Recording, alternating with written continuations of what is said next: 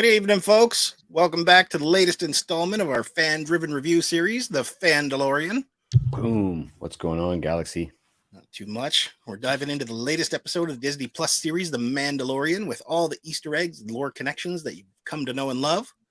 Unfortunately for us, Wes is off on vacation in some uncharted location, but we shall carry on. We will persevere. Yeah, I'm your host, Andy, and I'm joined by Mr. Hank McLaughlin out in Halifax. What is going on? What Not is a lot. up? Excellent.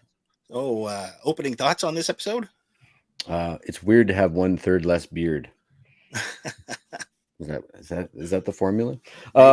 Man, I wasn't like the rest of the fandom on the last one, so I didn't think that we had to recover from much. I really thought it was a really good world building episode, and I also didn't have the problem with the end and the passage of the torch to Bo-Katan the way that it happened. And in fact, there's dialogue about how this episode, how it didn't really matter anyway. Like, so she surrenders and never lost the blade legitimately anyway. So No. She's always been the ruler of Mandalore. Yeah. Gets a little bit, there's about 90 rulers of Mandalore, I think. We went through the list. Amazing. Action packed. Cool, like stuff we didn't expect. Cool.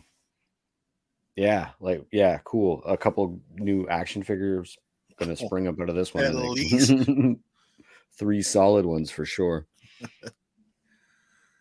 Yeah, I'm on board with this. This was a great episode. It moved really quick for me though. Like it didn't really slow down and let you breathe too often. No, and it was one of the longer episodes this season, if not the longest, 52 minutes, something like that. And it clipped along. It had, really serious pacing. Yeah. Yeah, like the slowest part in it was still incredibly important too, right? So Wes actually did leave us a couple opening thoughts though. Yeah, so I'm gonna cue them up right now. Wes. What's up, guys? It's Wes here for Fandom Power, and I just want to say I'm sorry that I couldn't be here with you guys this week to go through the episode, but you guys are in great hands with Andy and Hank, and I just wanted to leave some of my thoughts and feelings about the episode before my wife and I take off on vacation. And I just want to say for my sort of opening thoughts, this is as near perfect an episode as I feel like we've had, possibly even for the entire series. The pacing was great. The acting was great. The stakes have never felt higher. We had some real character moments, including a character death. Or is it? I don't know. But I thought that this episode was great, and I can't wait to see what happens in the next one. Not bad, not bad. Or is it? Exactly.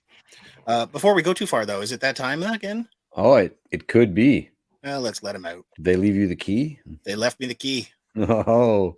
Bad Star Wars jokes. Oh. What is a clone trooper's favorite band? Wow. What is a clone trooper's favorite band? I can't get past Max Rebo. Let me know, man. What is it? One Republic. Crazy. Seems like everybody in Star Wars has a different favorite band. That's a super dad joke. I love it. So without further ado, I guess, shall we jump in? Let's do that. Right. So this one is titled Chapter 23, The Spies. It originally aired Wednesday, April 12th, 2023. Has a listed runtime of 53 minutes, but actually comes in at only 46 minutes and 27 seconds without the titles and credits. This one is written and directed. Where am I at here? There it is. This one is directed by Rick Famuyiwa, and it is written by Jon Favreau and Dave Filoni. So and the synopsis reads, survivors come out of hiding. Love the credit art in this week's episode too, though. Oh yeah, man. It's always killer. Yeah. the only Star Wars series that seems to have it, and it's like I look forward to it every episode. Yeah, it's always nice to see like where they started, and then once you see where they've ended, and like this one that the kaiju, it didn't stray too far from the look. No, and there's abandoned ideas. Yeah, like there's there's abandoned ideas embedded in there. Yep. But we open on a rainy evening on Coruscant, and as we follow the skyline towards the ground, there is a ton of Orabesh lit up in bright neon. Some of it is gibberish, some of it's obscured by buildings and whatnot, and others it is fully legible. And one of them reads Cy Bennett Ionics. So people have speculated maybe they meant to spell out cybernetics, but it does not translate like that. Could be illiterate shopkeepers. Maybe. There's also one that reads food with an E, Bronwyn, and bar. Nice, straightforward. Yeah. We eventually fall into step behind a shadowy figure making their way through the rain in the soaked alleys and streets. And there's a very industrial style of music playing as we follow. It's catchy. Yeah, it's kind of cool. The figure turns down another alley, and there's a couple neat things here. The Orabesh across the street literally reads alley. But the blue neon letters in the alley our person is going into is actually written in Dishabesh. Crazy. So we'll touch on that in a second, but we come to find out that it's Elia Kane, and she ducks further down the alley only to be met by a descending Imperial probe droid. It scans her, and she gives her TK2755 designation as a code. And accepting this, the droid raises up and activates its hollow projector. This is kind of like a big risk, eh? Like, yeah, like right out in the open. Because we saw those little cop droids. Yeah, zipping around in a couple episodes ago, and so it's still that same sort of authoritarian state. So yes, this is a huge risk. You'd think there'd be security cameras everywhere. Yeah, for sure. Everywhere. This I don't care what level of Coruscant you're on, it's all got to be hardwired together. Right. Like, because you see, well, I mean, I guess Luthen's people do the same sort of thing here. Yeah, because he like goes up a level, down a level, back a level, up an elevator. Yeah. She just goes behind the alley bar. Yeah. But an image of Moff Gideon springs forth that he calls for a report, but she's got to make it quick because he's short on time. And she relays that the pirates ran into trouble on Navarro, but Gideon notes that her previous report said the New Republic would not be sending help. And she confirms it wasn't the New Republic, but the Mandalorians. And when she tells Gideon just who was involved, he doesn't believe it, as they were previously opposing factions. Gideon tells her, continue with your mission, and he will deal with the Mandalorian friends. So it is entirely possible that Dr. Pershing is part, or if not all, of her mission based on a line that's coming up here. Yeah, and it's really interesting that he doesn't. This is one of the early supporting facts that perhaps one of the other members besides the armorer might be the set of spies. He's literally surprised that these two factions would be working together, and it's not because, in my opinion, anyway, it's not because that's typical of Mandalorian factions, but in my opinion, I think it's because one of them is in his pocket and meant to fight the other one. Yeah. Yeah, because like they're not being driven together for any specific outside threat. They're just going to reclaim their home. Yeah. Yes. Yeah. But with his report concluded, what am I doing here? Oh, I skipped one. Sorry. Circling back a moment, the font Dishabesh. It was created and made available by Auric Fonts in 2020. But the font itself originally made its debut in the 2018 Solo, a Star Wars story, with a poem inscribed across Enfys Nest's helmet. Enfys Nest. So not all the characters are canon yet, but it's kind of nice to see it like popping up just here and there. Yeah, that's pretty cool. Yeah. With his report concluded, Moff Gideon makes his way down a multi-shielded hallway, and between each ray shield are a pair of troopers standing watch. It has the same feel as the energy field corridor from Phantom Menace. And he strides through a room, again, once he gets to the end, filled with cloning vats, just like we saw back on Navarro. I paused that, and I stared at it for a long time, but I couldn't get any... I mucked with the contrast and the brightness and everything, but I could not make Yeah. out the details of the Yeah. figures in there. But it leads me to believe. So it's sort of like as I'm watching this scene for the first time, I'm thinking these are more droids because of the way they're like between the shields and Tutua Bay. And then I'm like, wait a minute, the cloning vats are in the next room. Are these clones? And we don't even see them wiggle in this scene, you know? And I'm already thinking, are these robot clone? Like, you know, like, yeah, because like he's based on what comes up, he's adding a biological component, right? and I'm like standing on the edge of my seat because I'm you know, those leaked art pieces that I talked about earlier in the season that looks like they were legit, because here we have those and that was my number one reason for saying like no, there was no sort of inside job with his rescue. It wasn't, you know, the armor or her people or you know, I knew that it was these things, and that's cool to see that wasn't a misdirect, because what a cool design, and they look awesome. But finally, after passing through that chamber, he enters another large chamber where a holographic meeting is already in progress, and we come to find out that it's the Shadow Council. This is our first on-screen look at the Shadow Council, but they made their first appearance back in Chuck Wendig's 2016 novel Aftermath: Life Debt. Hell yes.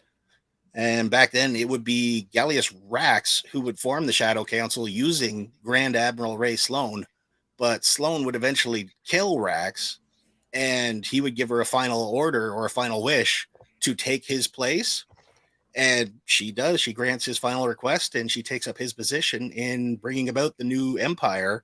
Yeah, it's going off to the unknown regions. I really, as soon as they, because we have this big sort of hologram and you're set back, as soon as they said the name Shadow Council, I was like, oh my God, she's going to be there. Yeah, I was checking for faces that kind of matched up to any of the like comic books or whatnot. If you guys out there haven't seen them, or sorry, if you haven't read them, you got to check out Chuck Wendig's Aftermath novels. Just key stuff to get into the feel of the galaxy right after the Battle of Endor, and just, you know, the really cool stuff, especially the Shadow Council things. Yeah, just from what I read of it, it's fairly complex the way he goes about assembling the council and, like, you know, pulling all the strings without anybody knowing he actually did it. Like Hux is the one that takes the remnants, leads them out of the galaxy, and so they can lie in wait and regroup at Exegol. It's really cool. So in our current roster here, not all members are named, but on screen, here's what we know for sure. Moff Gideon is there, Captain Gilad Pelion, Commandant Brendel Hux, and one unidentified, I should say, captain, because they just call him Captain. The rest for now remain nameless technically on the show, but not for us in real life. Right. Captain Gilead Pelion is played by Xander Berkeley. He's got 249 previous credits to his resume, including Barbed Wire, Air Force One, and Terminator 2. Character actor. If you don't remember his role in Terminator 2, he played the stepfather, Todd. Oh, crazy. Really? Yeah. That's hilarious. Yeah.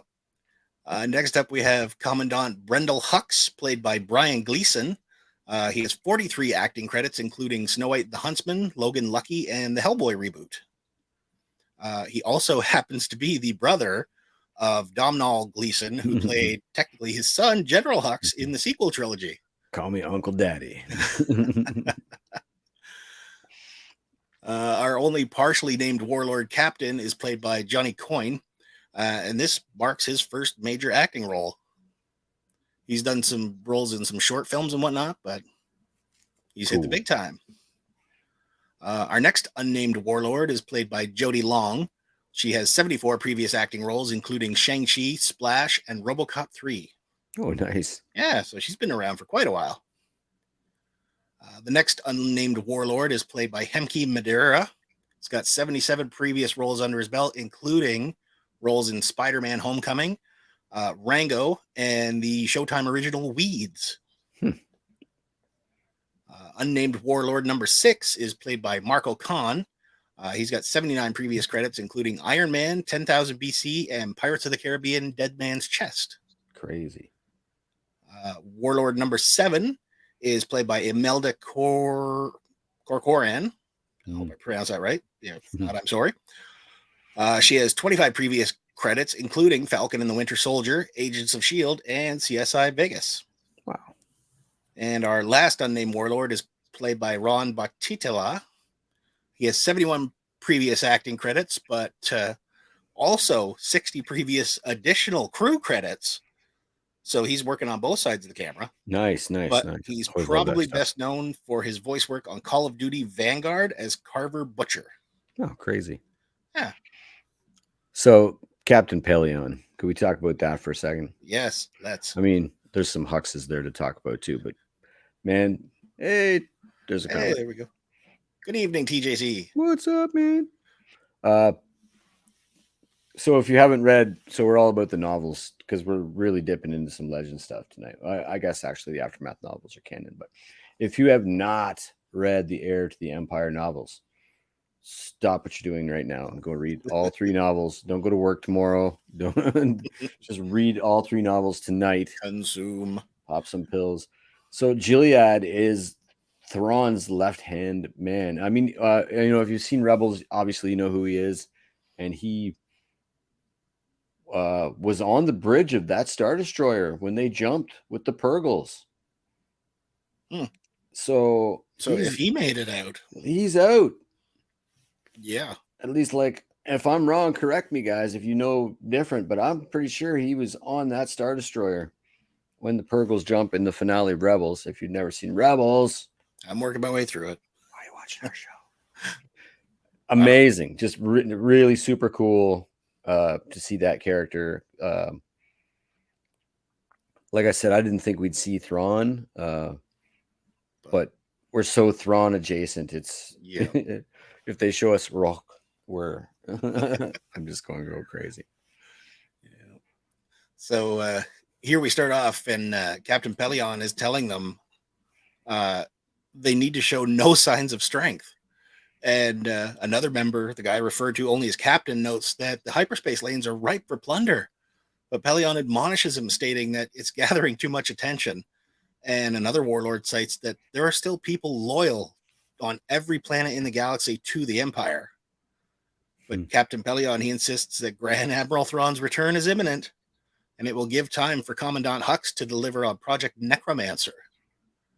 Moff Gideon boldly questions when Thrawn will finally join them, and then poses that maybe they need to look to new leadership. And the warlords all seem to agree. Mm-hmm. But Commandant Hux notes that Project Necromancer is in place just for that. And when the questions of where Dr. Pershing and his research were promised, or were as they were promised to Hux, Gideon relays that he has now been captured by the New Republic, and his research is unavailable for now, which leads me to think that might be part of Elia Kane's mission, the for now piece. Mm-hmm. It begs the question, like, why are these groups of people eternally bent on resurrecting the leaders that would execute them on, Admiral Ozzel, why wouldn't you be like cloning yourself? True. I mean, I guess it's maybe a Sith thing where you can put that consciousness back inside the body specifically. Yeah.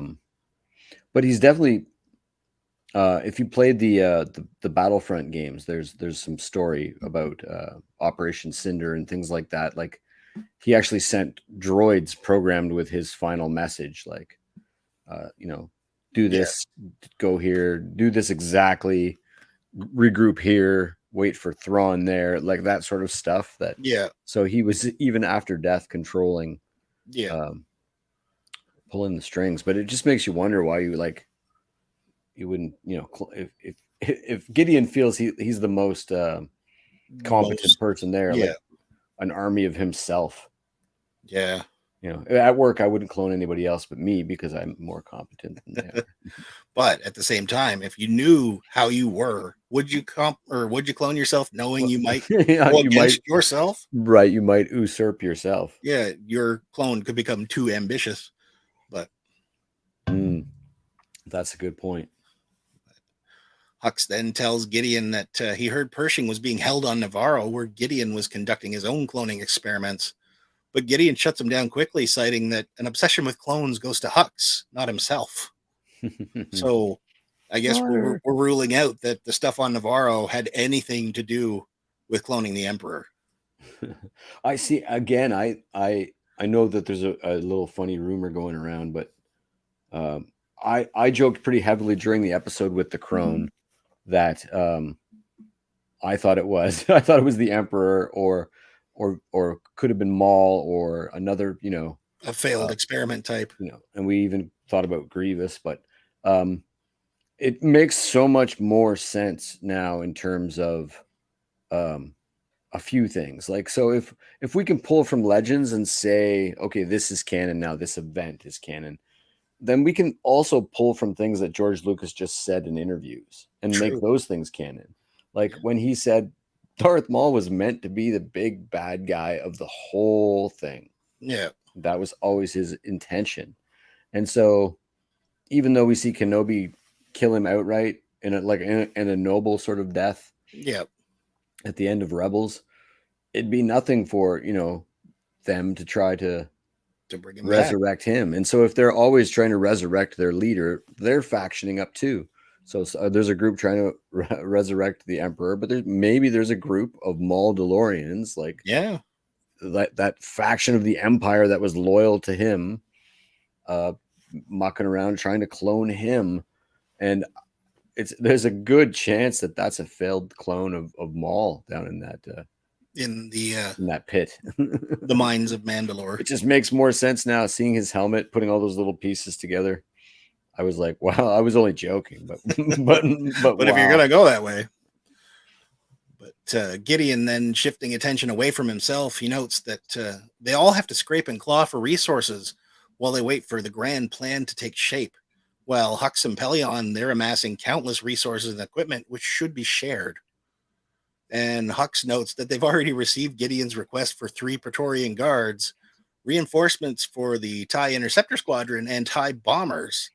And Pelion asks what the concern is, but Gideon, he plainly states Mandalorians. And apparently none of them realized they were out there still, because a gasp of shock comes over the whole council. Right. And so there's a thing, because we've been thinking, are they cloning Snoke? Because this all leading up to them cloning Snoke, but we're 9 years out from, give or take. That's our estimate, I guess. 9 years out from the Battle of Yavin. Yeah. Maybe 5 years now, 4 years out from the Battle of Endor, and so Ben Solo is 4 years old, and we know because of the novels and we know because of the comics that Snoke was pushing his buttons as young as 4 or 5. And I'm like, I never really thought about that till this moment, that maybe Snoke's already out there. Yeah. In the wings somewhere. Well, especially if they've all, like, we find out that, in the novel that they've already gone to the unknown regions, and this is well past that. Well past that. So what have they been doing out in, like, on Exegol, I guess, technically? Right. I mean, that plan was in play. If you read the comics, the Vader comic, Vader finds, between Empire and Jedi, he finds Exegol. Nice. And so that plan has been in play while, I mean, Palpatine's still alive. Yeah. There's also a theory out there I read that Palpatine that we see in Return of the Jedi is actually a clone. That he's been mucking, that there is no Darth Plagueis. That he's been alive for thousands of years. It's kind of cool. Yeah. But Gideon, he tells them that he's certain they plan to retake Mandalore. And with this information, glances are exchanged, and Hux reluctantly agrees to send the reinforcements and guards. And Gideon gives a rousing speech about finally stamping out the Mandalorians, and concludes with "Long live the Empire." And the whole council echoes it. And, it's pretty safe to say that Project Necromancer is probably what they were working on to lead towards the reborn Emperor. But like you say, chances are it's been going long before now. Right. Yeah, no, absolutely. It's kind of like my thought. It's funny too that it's a plot device, but that they're not more worried about the New Republic than they are Yeah. Mandalore becoming a thing. Like how one system One of planet of warriors Empire haters keeps them on. could threaten your whole show when your show is actually heavily threatened on all sides. Yeah. It's But funny, but it's Wes- plot. It's at the speed of plot. Yeah. Wes has a thought here on Gideon's misdirect, so I'm gonna play that now. Gideon. You know, I love a good misdirect when it's done cleverly. And if that wasn't exactly what we got with Moff Gideon, it was so good. Gideon's interest in Grogu was never about bringing the Emperor back, and that just blew my mind. Turns out he's been in it for himself this whole time, and building that army and filling that seat of power left vacant after the demise of the Emperor. Now, if that doesn't set us up for a major confrontation between Moff Gideon and Grand Admiral Thrawn, then I don't know what does. It's true. Finally, we get our title card and our chapter name, and we open with an aerial view of Navarro. And the locals, they're going about putting their stuff back together after the assault from the pirates. And then a large shadow starts to block out the sun, and the locals all take notice. And the Copper Protocol droid, he rushes into Grief Karga's office, telling him that an Imperial ship is here. But Grief steps out on the balcony and tells the droid, it's not Imperial. It once was, but it's now under the command of the Mandalorians. He even calls it a shuttle. Yeah. That droid needs to be reprogrammed. Looking skyward, they see the bottom of the ship now adorned with a mythosaur skull. Wicked. Yeah. And we find the Mandalorian camp on the skirts of town. The fleet begins to land, and Bo-Katan hopes for the best as the two factions have never met, and what they know of each other, they hate. Mm-hmm. On the ground. Din's got a cool line there. Like, if they want to survive, they'd better get along. Yeah. And that's literally the crux of the Mandalorian problem. Like, they could be like unstoppable. Yeah, Jedi level, like tens of thousands throughout the galaxy policing, you know what I mean? They could be that, except they're their own worst enemy. Yeah. Where are we here? On the ground, the covert gather around to meet the arriving force, but Paz Vizsla instructs Ragnar to take the children inside. The two factions, they share a tense moment until the silence is broken by the armorer clanging her tools together, and she bids the new arrivals welcome and tells them make camp and they will prepare a feast. And the two groups then move about to going about their tasks. But Axe Woves, he pauses a moment eyeing Paz Vizsla until Bo gives him a shot in the arm saying, get moving. So just then, Grief Karga arrives and greets Mando with a forearm shake, and then he commends Mando on the fleet, and then he presents him with a celebratory bottle of liquor all the way from Coruscant. In reality, though, it's a redeckled bottle of Sincoro tequila reposed. So you can go out and get yourself a bottle of that if you want for $105. Nice. Maybe do your own decals. But Mando gives thanks to him and tells him, that's not all I have for you. And we cut to Grief Karga's office, and a rebuilt IG-11 walks through the door being piloted by one of the Anzellans. And Mando asks what's been done to IG-11, but Grief tells him now he's IG-12, and he's perfectly safe. They've stripped him down to his base motor functions, and he's now more of a vehicle than a droid. And the Anzellan climbs out as Grogu starts walking towards it, and keeping Grogu at a distance, the Anzellan again tells Grogu, bad baby, no squeezy. But Mando, he says, Grogu's too little for it. But Grief insists, well, let's just see if he fits, which, of course, he does. And Mando notes that the Anzellans do good work, but Grogu is too young to operate the heavy machinery. But turns out they're speech buttons, and Grogu defiantly taps the no button. And Grief, he postures that Grogu thinks he's old enough to run IG-12. So does this count as his first words now? I think maybe. I mean, I still think that his first words were that really strange. Yeah. This is the way. This is the way. But this, all in one little stroke, they completely explain why we had to visit IG-11 in the first episode. True. And they they give him the ability to speak at least at a base level, Yeah. and they give him the mobility. So all the people that are complaining that he's not Fast enough to keep up. he's not aging, he's not growing bigger, he's not talking. They get it all done in the coolest way possible. Yeah. And now I'm trying really hard not to cut the chest out of an IG-88 figure to make this happen. You wouldn't be the first one. I've seen there's it. There's a cool Lego build. A guy does a step for step Lego out of like stuff you might have kicking around if you're a Lego guy. Nice. And you can build a Grogu and IG-12 armor. Fantastic. And the in town that, like, you know, if you've got kids, then you know yes. Yep. You know, or when they learn another word that might be worse, and they do that in Walmart for hours. Amazing. Like that's probably one of my favorite moments of the whole series, because we've kind of gotten away from the fact that this is about a father and a son, and that this is a nice reminder of that. Absolutely. Yeah. I laughed my tail off for sure. Yes. And even better too, Taika Waititi returns as the voice. So fantastic. Yeah. Mando moves to pull Grogu out, but again, he taps that no button before starting to walk the droid away from Mando. Grief, he's like, let him try it around the office. And Grogu then switches to the yes button. And he almost knocks over that the bust of Grief Karga as he's around the room. But he repeatedly punches that yes button. Just yes. And Mando asks, yes, what? But Grogu just goes on happily hitting the button and walking around. So good. Yeah.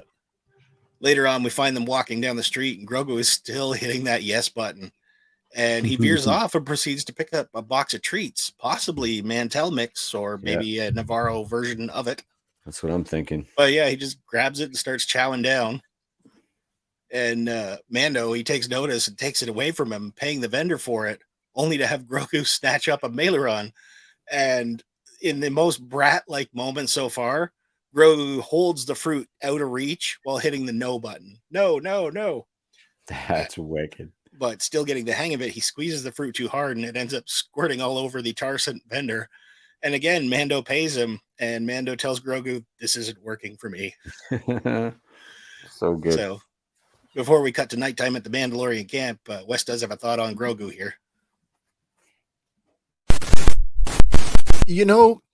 With Moff Gideon's selfish interest in Grogu, I think that actually bodes well for the little green munchkin that we all love, because I don't actually think that he's going to get used or corrupted somehow in trying to bring back the Emperor.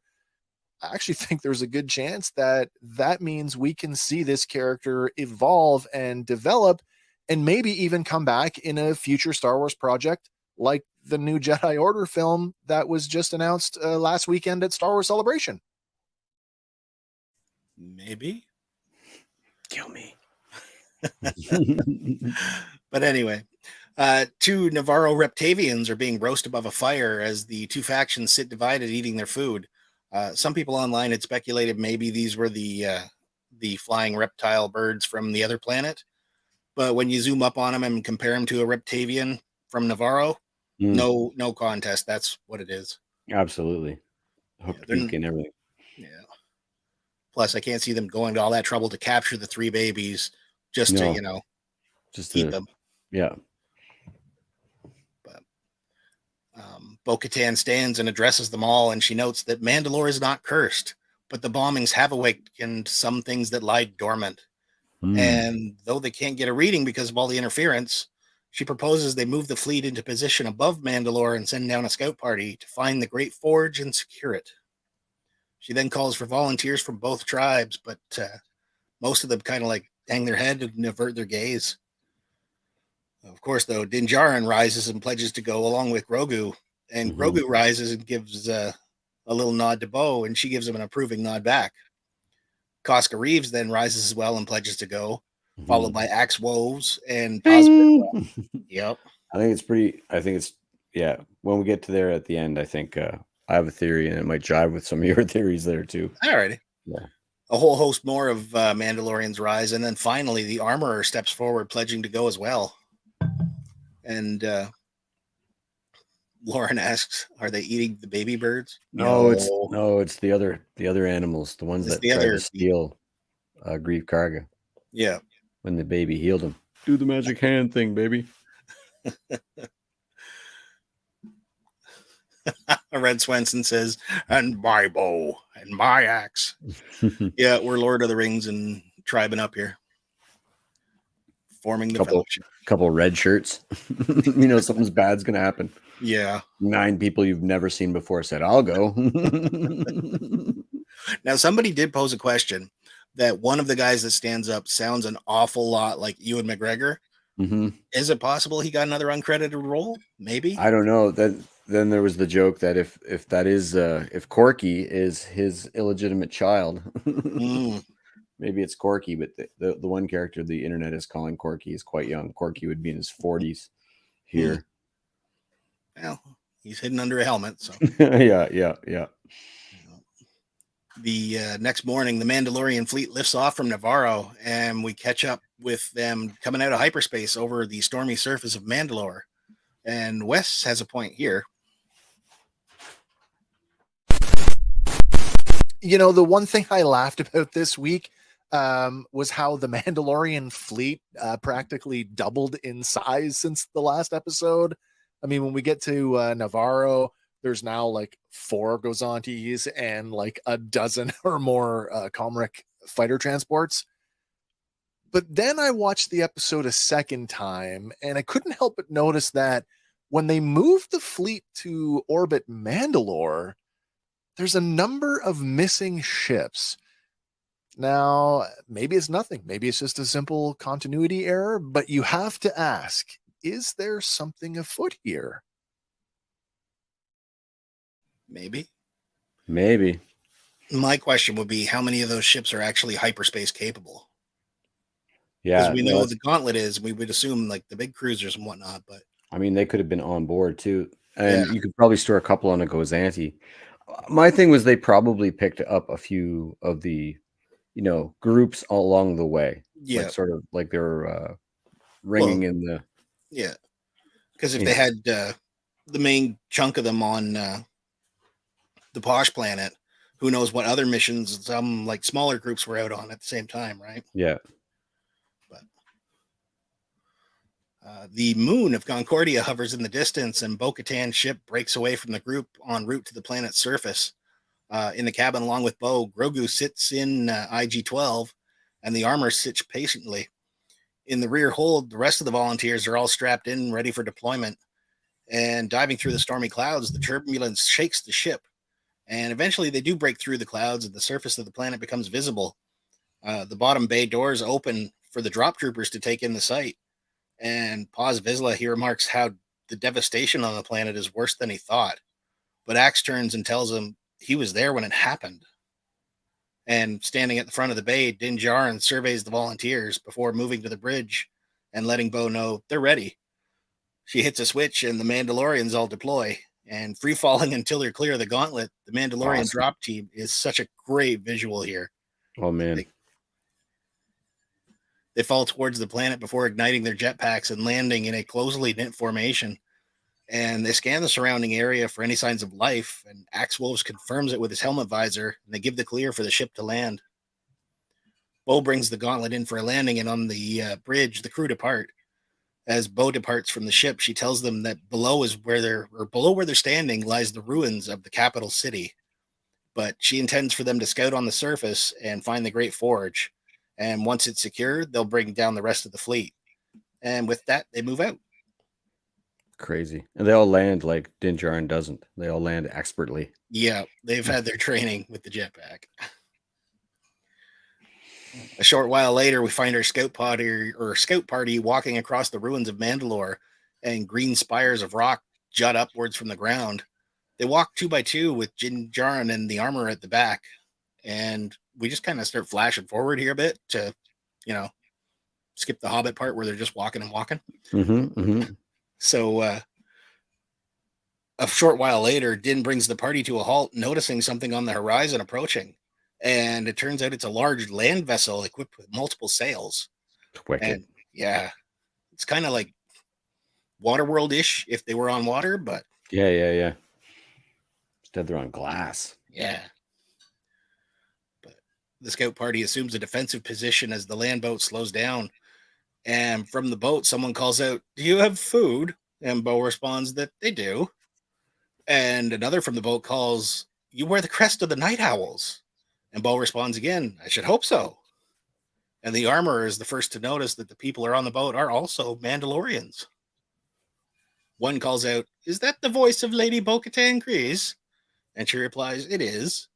And with that, three of the survivors jetpack off the boat, landing in front of the scouting party, and they remove their helmets, raise a fist to their chest, and bow their heads in salute. The first crewman, he tells her that they knew she would not forsake them. They have failed her, but their blasters remain in her service. And our first crewman to speak here is played by Charles Baker, who you may know as Skinny Pete from the Breaking Bad franchise. Did you catch the B-1 battle droid skull on his shoulder? I missed that. Oops. It's cool looking. We cut to nightfall aboard the land vessel. All the Mandalorians surround a table and up on the deck of the ship. And the survivor captain, played by Charles Parnell, who Wes would actually recognize as Admiral Solomon Warlock Bates from the recent Top Gun movie. Nice. He tells the newcomers that he tells them about the Imperial bombings and how they shot down any ship trying to leave. They took no prisoners and bombed the planet twice over. And his belief was that the Empire punished them as a warning to the rest of the galaxy because they refused to surrender. But Bo tells him that's not true. Casca shakes her head for a moment and tries to speak, but Bo motions for her to remain silent. And it turns out she did surrender. After their forces were annihilated on the Night of 1,000 Tears, defeat was imminent, and Bo met with Moff Gideon after an ISB agent reached out to negotiate a ceasefire. And in exchange for surrendering and disarming, all remaining Mandalorian cities and people were to be spared. Yeah, So that's the part I was talking about where this fixes the end of the last episode. yeah, She never lose her combat. she lost it illegitimately. Even Yeah. if she got it illegitimately, the whole point is that everybody that followed her thought that she deserved to wield it. Yeah. And prophecy or not, she never lost it illegitimately. This should fix things for everyone here. Yeah, because she handed it over in good faith for them to stop. But Doug says, how did the survivors not notice Moff Gideon? Well, there's that. Yeah, we'll get to that in a little bit. I have questions there myself, but spies everywhere. Yep. Though she didn't trust him, she felt like it was her only option to save her people. But in the end, Gideon betrayed her, and they were helpless to resist the purge of Mandalore. The surviving crewman, he asks, how did the others survive? And the armorer tells him they were hidden on the moon of Concordia. And the survivor captain asks, "Are you Death Watch?" But the armorer tells him, no, Death Watch is no more. It shattered into warring factions. And Bo interjects that all Mandalorians have suffered because of division and squabbling. Mandalore has always been too powerful for any enemy to defeat, and it has always been division that destroys them. And the table remains silent as they take a moment to, drink in what's just been revealed to them.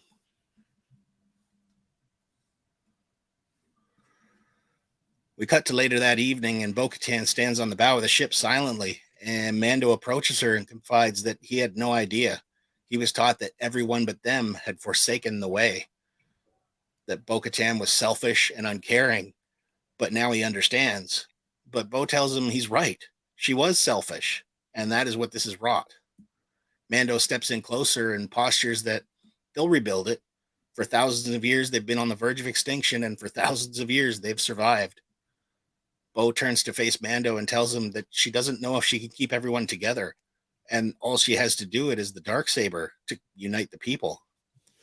But Mando tells her he only knows what she has taught him about the weapon, and in a Nailed it. moment. He tells her that it means nothing to him or his people, nor Yes. does station or bloodline. Yes. I informed you thusly. Yep. What No, means that's more? it's perfect. Yeah. Yeah, this is great. It doubles down on them being the way of the mythosaur, not the Darksaber. But what means more to him is honor, loyalty, and character. And that is why he serves her. Her song is not yet written, and he will serve until it is. And when Din says this, the look on Bo-Katan's face says it all. Wes has a thought on this here too. Hey guys, Wes again. You know, with the line from Din Djarin telling Bo-Katan that her song is not yet written and he will continue to serve her until it is, it's not lost on me that he just went full Jon Snow on her. And next season, I fully expect a romantic subplot. Maybe. I hope not. Star Wars is way better without that stuff. It's all about hope. It's yeah. I mean, I shouldn't say it's all about that because there have been love stories that really worked. Han and Leia really worked well. Yeah. But they worked really well because they hated each other for the first movie and a half. So I can see it. But I unless it's a serious, there's like a reason for it. I can also see it taking away from what's actually needs to happen. Mm. Yeah. But elsewhere on the ship, the survivor captain, he tends to another injured survivor, and the armorer retrieves some bandages to assist. Bo-Katan comes down from the upper deck and tells the armorer that they'll rest now and they'll continue at first light. The armorer agrees, but thinks the injured should be taken to the gauntlet and ferried to the main ship. Bo agrees with this course of action. She then tells the captain that those well enough to accompany them for the search for the Great Forge can come, but the captain says they can do better. They can take them right to it. We got another one from Doug here. No, lone wolves don't need princesses. We got one from Lauren, Hera, and Cannon. True. At first light, we see the survivor captain, and he's walking down the deck, and he cries out, "Onward, Mandalorians, to the forge!" as the crew attend to the sails and rigging. And they glide past the gauntlet, which takes off for the main fleet with its cargo full of injured survivors. Curious. Yes.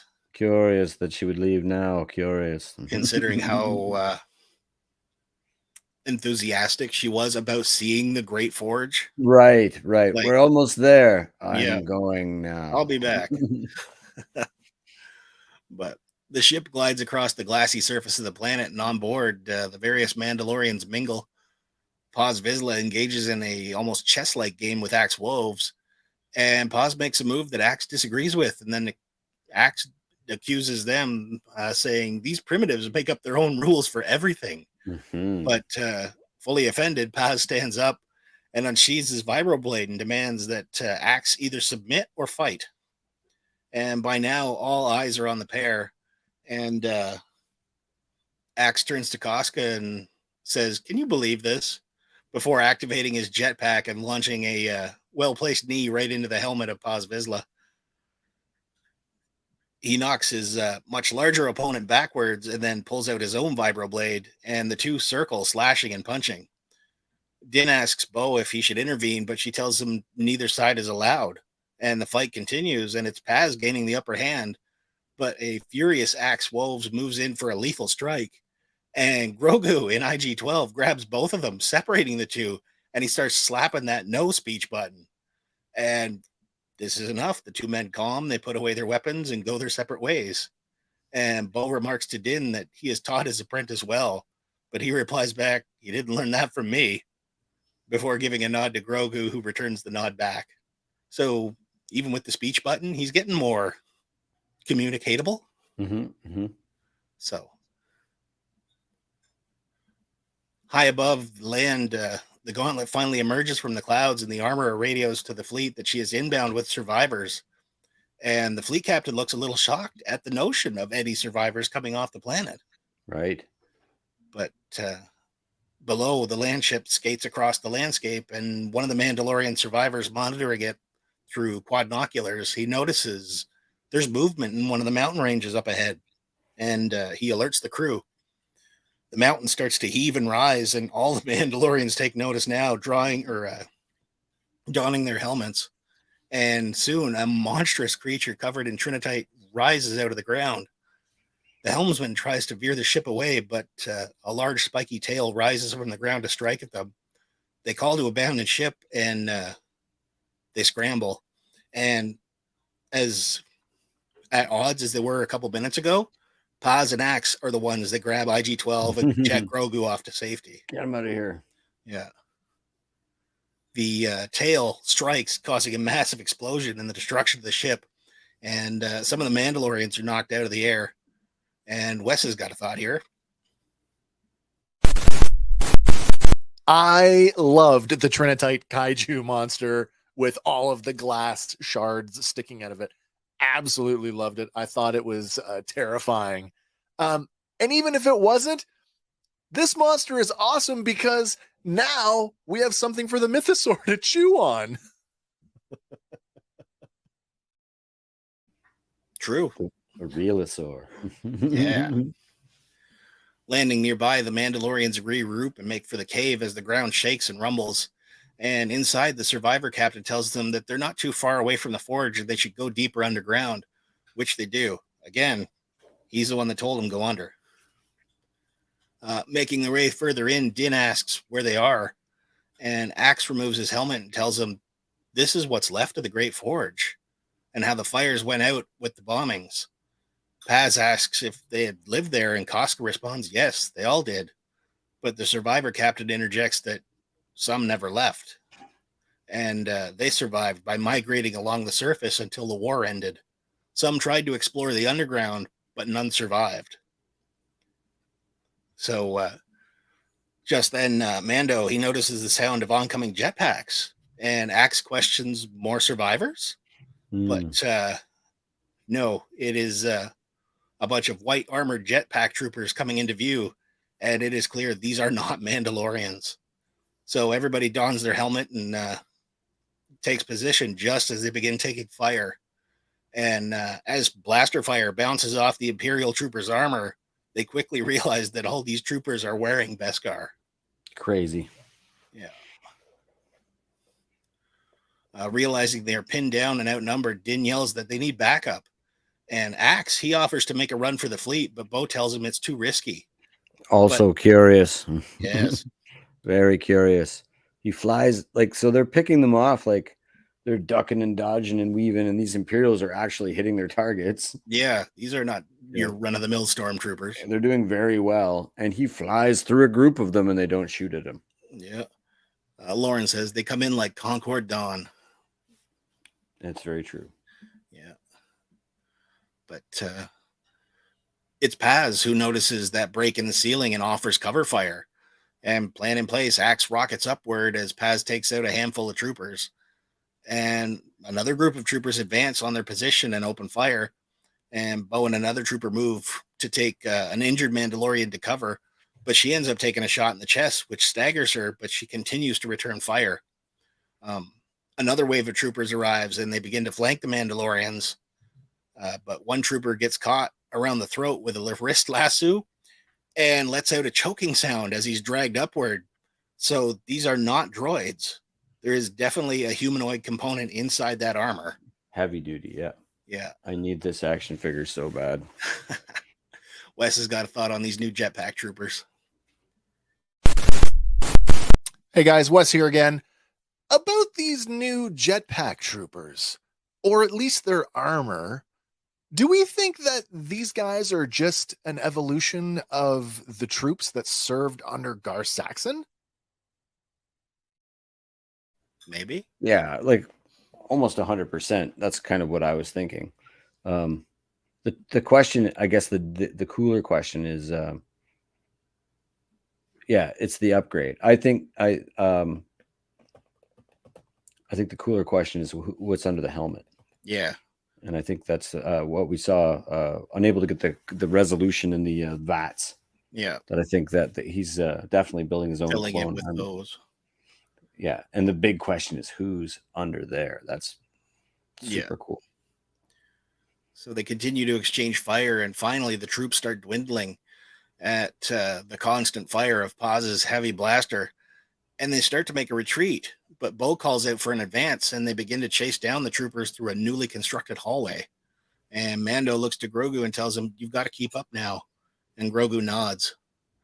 They pursue the troopers through a newly dug tunnel and another hallway, eventually coming to a set of blast doors. And as they emerge from those doors, they're met with an immense underground base. Crazy. With multiple alcoves dug into the rocks, hosting multiple TIE interceptors. And suddenly behind them, the blast doors they entered through slam shut. And another set slams shut in front of them, sealing most of the group inside, while Din Djarin and a couple others are left outside that hangar. Remember episode 1, I was like, it's curious that they didn't leave a contingent behind when they did this, because, in the real world, when a conquering military leaves, they generally leave a presence behind, if not a base. And then in episode 2, I was like, where did all those Imperials suddenly just come from? Yeah. Nailed it. Nailed it. Yep. But calling out ambush, another wave of jetpack troopers descend and open fire, taking out 2 of the exposed Mandalorians. So bye, red shirts. Din, though, he uses his flamethrower to keep them at bay as his companions watch helplessly through the blast-proof glass. And one of the troopers manages to lasso Din's flamethrower arm, but he persists. And more lassos are launched around, and they ensnare Din around the neck and his other hand. Finally subduing him, they force him to his knees. Do the magic hand thing, baby. Yeah, come on, Grogu. It works through the glass. But with Din down, a dark trooper lands and stomps on the platform, and he calls to disarm him in a booming voice. And we pan from floor upwards on this new floor, wearing a black and maroon spiked Mandalorian style helmet. The dark trooper strides forward as Din is stripped of his weapons and jetpack, and we hear mechanical workings as the figure moves. And the trooper removes his helmet, revealing that it is Moff Gideon underneath. He begins thanking them for gathering all the Mandalorians into one place, and tells them that they were a talented people, but their time has passed.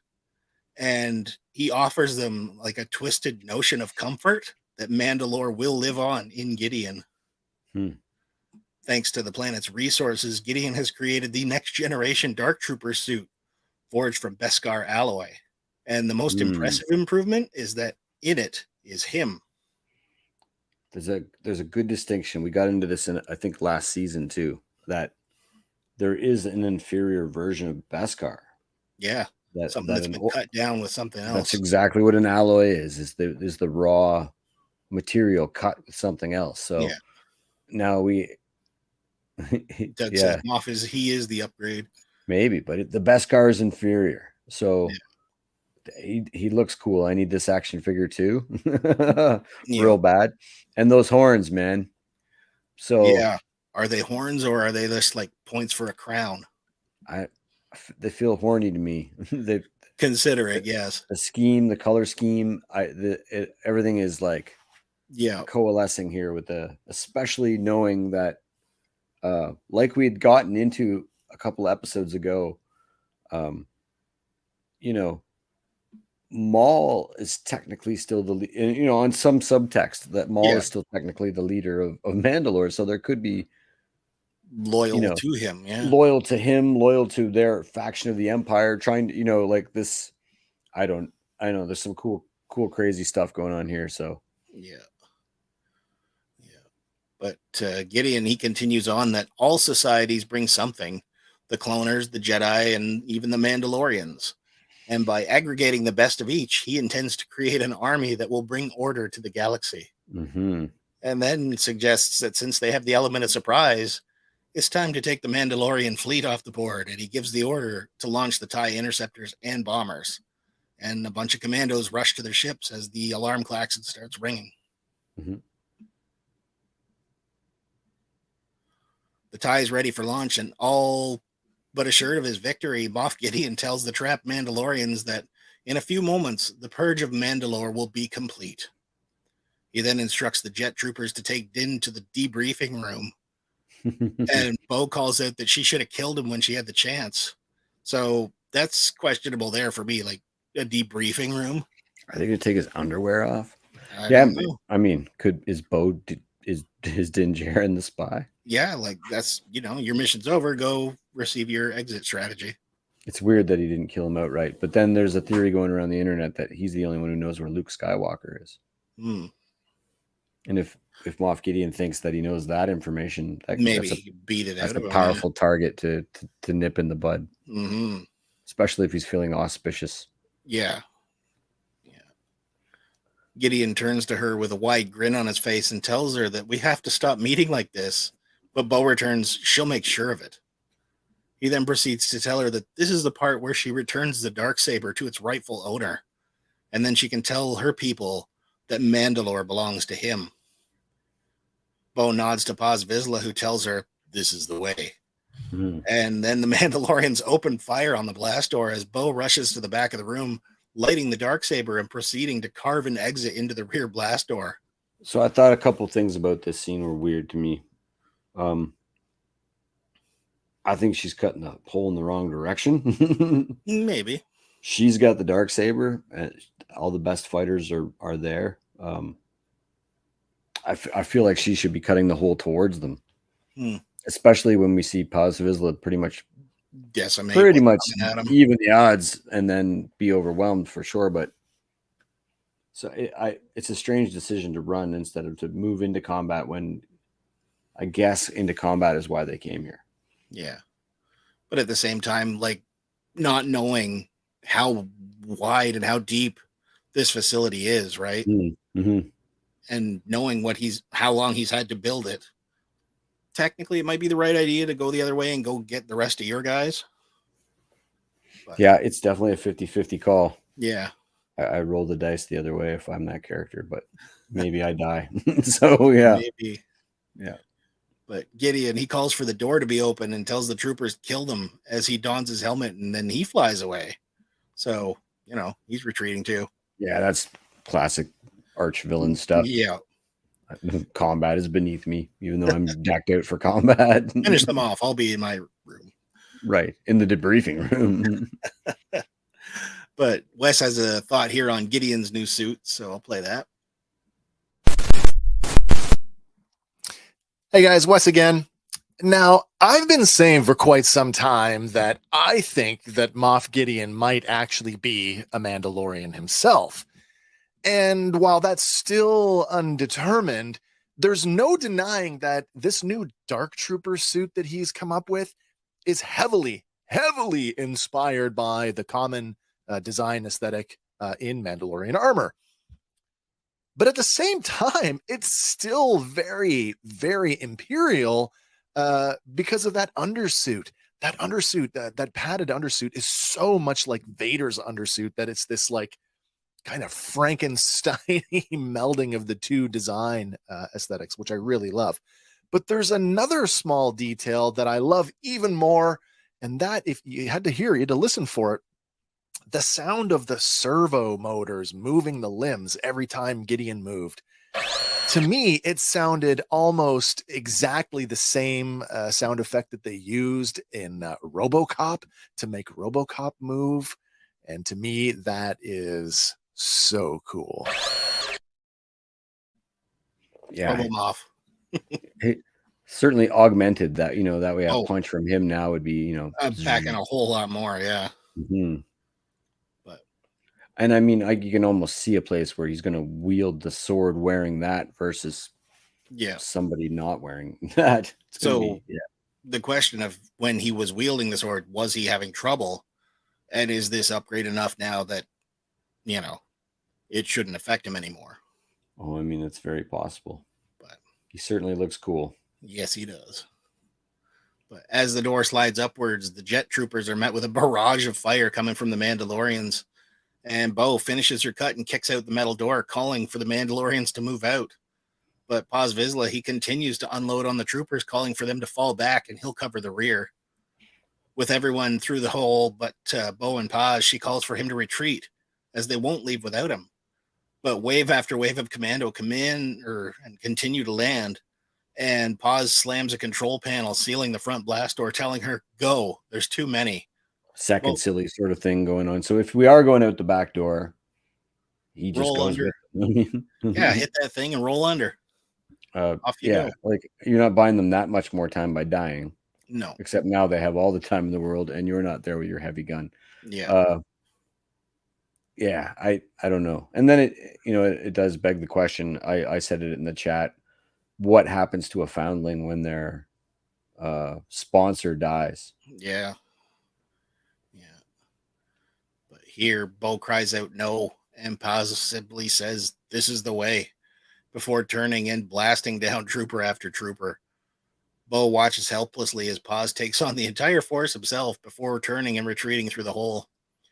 Paz continues to fire as the body count rises. The triple barrels of his weapons start glowing hot. Oh, so cool. And he just continues to fire and fire until the entire cannon starts smoking and ceases to work. And then he detaches it and uses it as a club to strike down yet another trooper. And moving into hand-to-hand combat, he takes out several more troopers until he finds himself alone, finally on the platform, having thrown the last two off the edge, which kind of felt weird because they are jetpack troopers. But pausing for a moment to catch his breath, though, the moment is short-lived, as from behind him, out of the smoke, a red-clad figure comes out of the darkness. And as we shift angles, we see it's actually 3 Praetorian guards. So Paz activates his energy shield and draws his vibro blade, but he's quickly outmaneuvered, receiving strikes from all sides. And a weak spot in his armor is eventually pierced, and he grabs the guard by the throat, but another one takes him out at the knee, bringing him down, while a third guard strikes in a vulnerable spot near his neck. Out of energy, the guard bats his hand away, and Paz falls motionless on the floor. Smoke rises from the back of Paz Vizsla as the 3 guards walk away.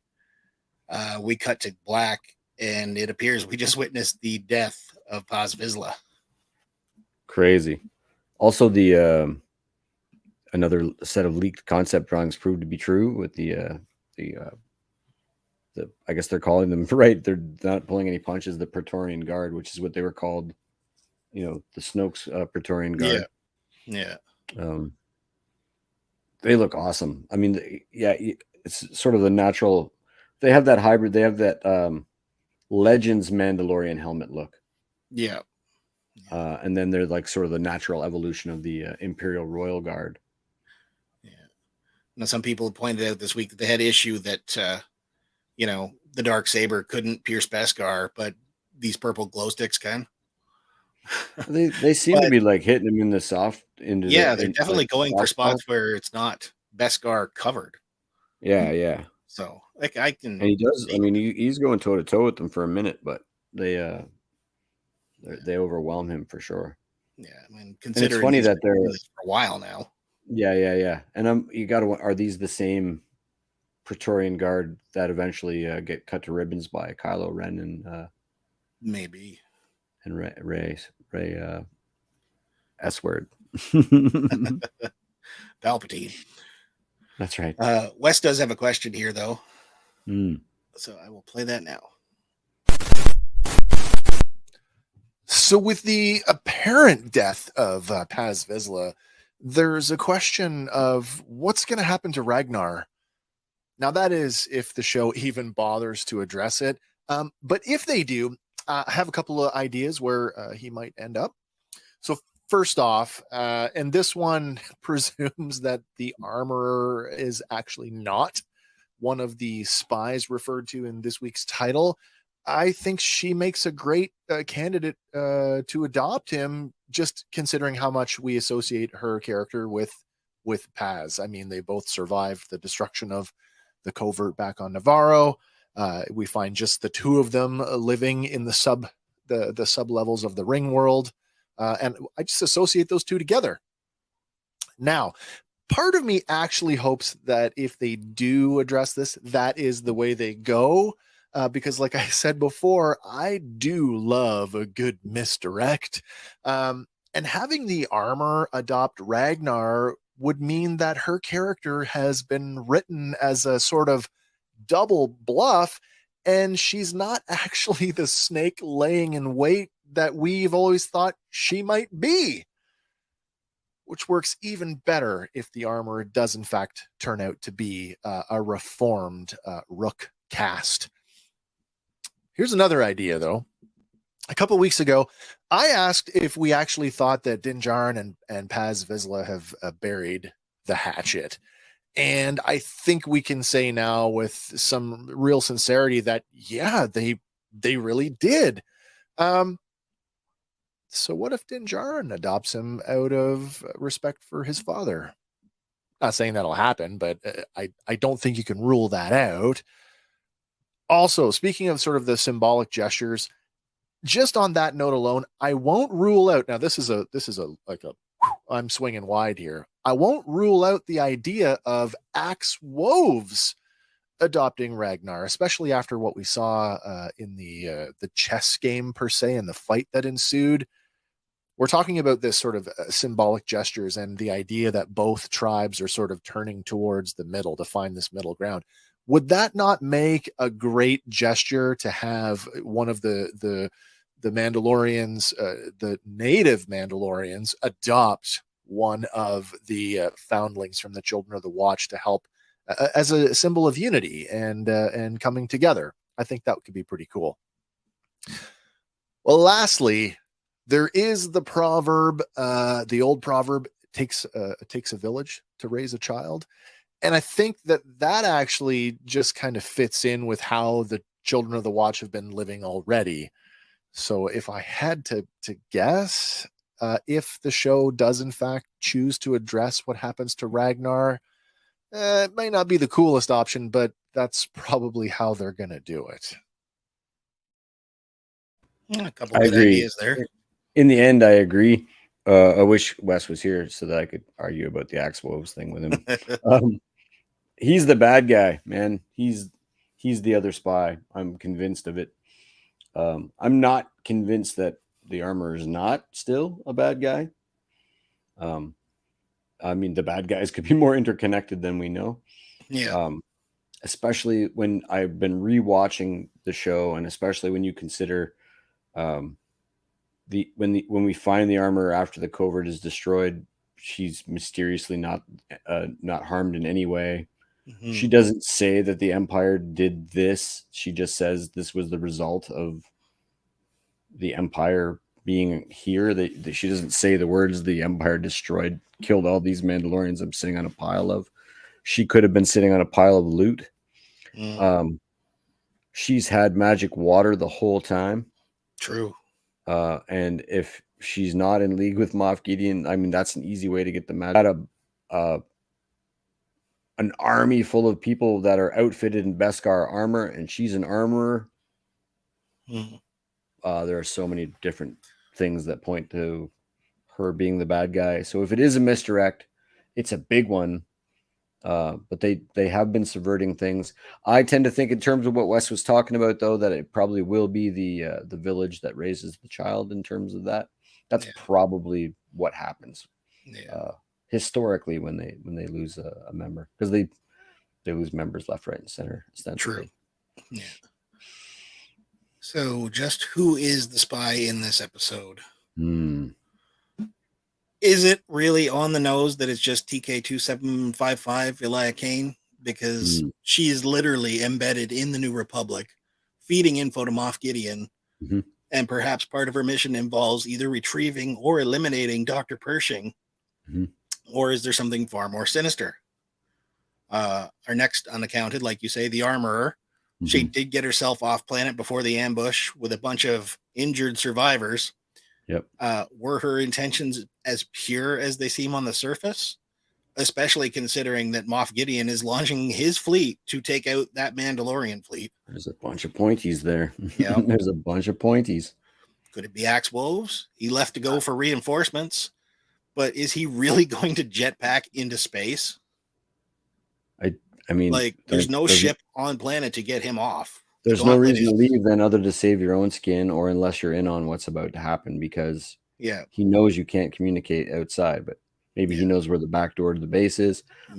He's the bet for my the title of the show is Spies, plural. Yes. So we know it's not just a 68. I think all the night owls are complicit in what's happening, actually. And I don't, maybe not the average, maybe not that quirky guy, the quirky looking guy, but I think, they've got his cruiser. It's easy to contact him. It's easy to, it seems like it's very in line for a guy who would go mercenary.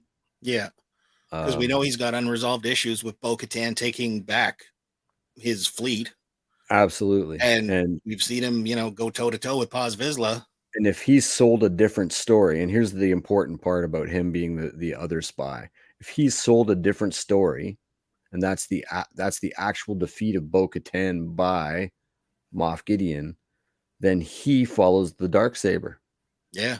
And he follows Moff Gideon, who could be, because what we're getting is that certain point of view situation. Yes. Where it doesn't matter if you win the friggin' sword. Sorry, kids. It doesn't matter if you win the sword through combat or through a gift or through anything. After all, it only means what it means to the people that follow it.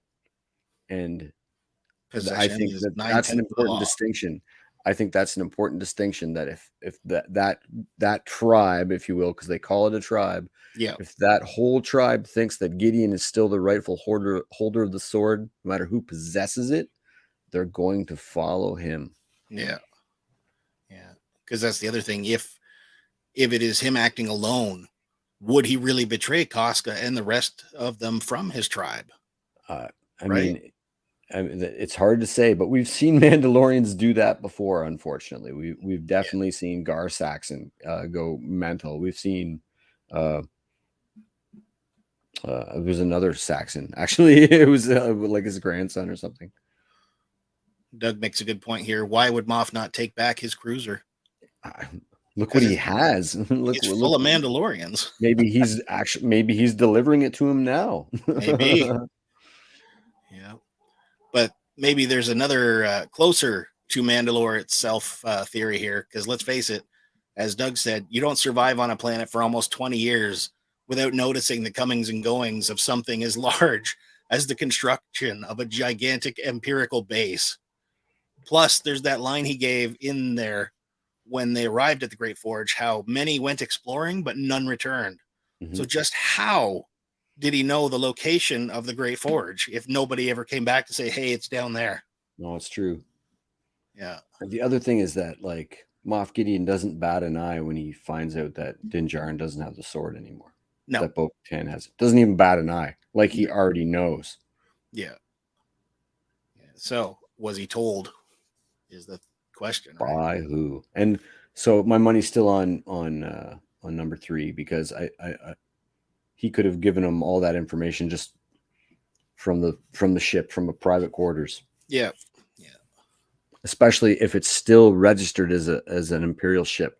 Yeah, it would still have all the droid channels and everything. Yeah, absolutely. Paint it all you like, but it's so good. We're building to a head, man. Holy cow. We are. Holy cow. So Wes has some final thoughts on this one going forward. So I'll play that now. Guys, this episode was freaking amazing as far as I'm concerned. I absolutely love this one more than any other episode this season. But yeah, man, there's a lot of things going on, and I got some questions about how we're going to tie this whole thing up. We've got one member of each faction. We've got Axe and we've got the Armor, who are kind of in the wind, who may be, doing the same thing. One or both, maybe none of them are the spies. Maybe, possibly, no, I don't know. There's so much tension around that. I just don't know what's going to happen. Is she going to betray everything and take off with half the fleet? Is he going to do the same? I just don't know. One thing I do know, we're going to need another rescue. And I kind of think that we might get that in this last episode, because last weekend at Star Wars Celebration in London, Rick Famuyiwa, he said that the finale, not only would it tie up this season of The Mandalorian, it would also wrap up the book of Boba Fett.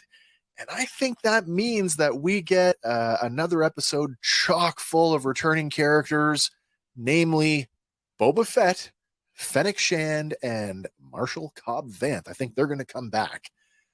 But I don't think that they're going to stop at that, because as I have sort of suggested before, I believe that this show, this episode of The Mandalorian, or sorry, the next episode of The Mandalorian will serve as the backdoor pilot for Ahsoka.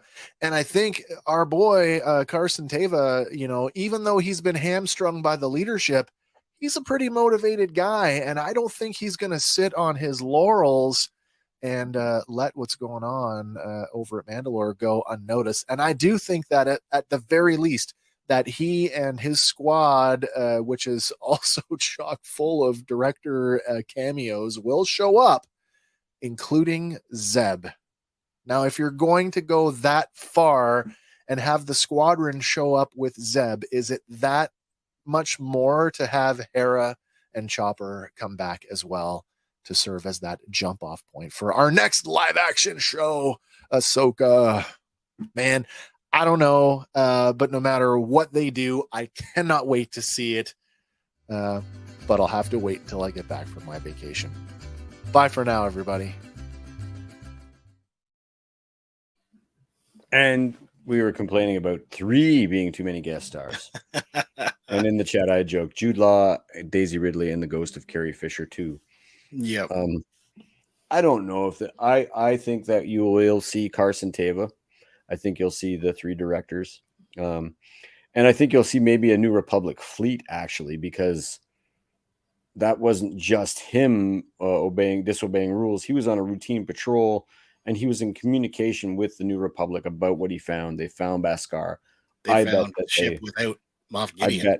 I bet a small Rebel fleet, New Republic fleet, shows up to do to retrieve him. Yeah, Boba Fett and Fennec Shand are a possibility. Just even if it's inside the cockpit of the Slave One, trading barbs back and forth while there's a space fight. I mean, it's possible that we could get absolutely every character we ever wanted in a finale. But like, being comic book fans, you and I both know that there's sometimes there's too much of a good thing, especially when they're trying to. I think that maybe that without meaning to, that Famuyiwa maybe misdirected us, because when he said they're wrapping up the book of Boba Fett too, it might have been the parts of the Mandalorian that appeared in that. Yeah. In sort of that being like that little bubble within that show. Yeah. Doug says Luke too. Yeah, well, that's the joke. Maybe. That's the joke. I did see a thing with Mark Hamill where he was reacting to the celebration announcement of Daisy Ridley being the one to move the franchise forward, and he did this fake, "Oh no, it's the end of Luke Skywalker. My character is locked in forever. Whatever will I do?"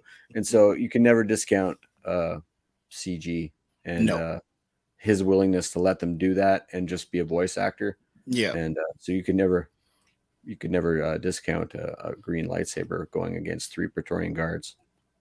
Probably work out pretty good. Mm-hmm. But yeah, so I guess we got one more to go, and it's not too far off. Oh, so, man. It's crazy. I've been wishing weeks away. I just need there to be Wednesdays. Yep. Any more thoughts on that as we go forward? I think we're going to get some cool stuff. I think you will get a few guest stars. I think they might cliffhanger it up. It might bleed into a launch for the Ahsoka thing. I don't think we're going to get to see Thrawn. I doubt that highly. Maybe probably not. The last image of the episode, maybe. But maybe a post-credit scene.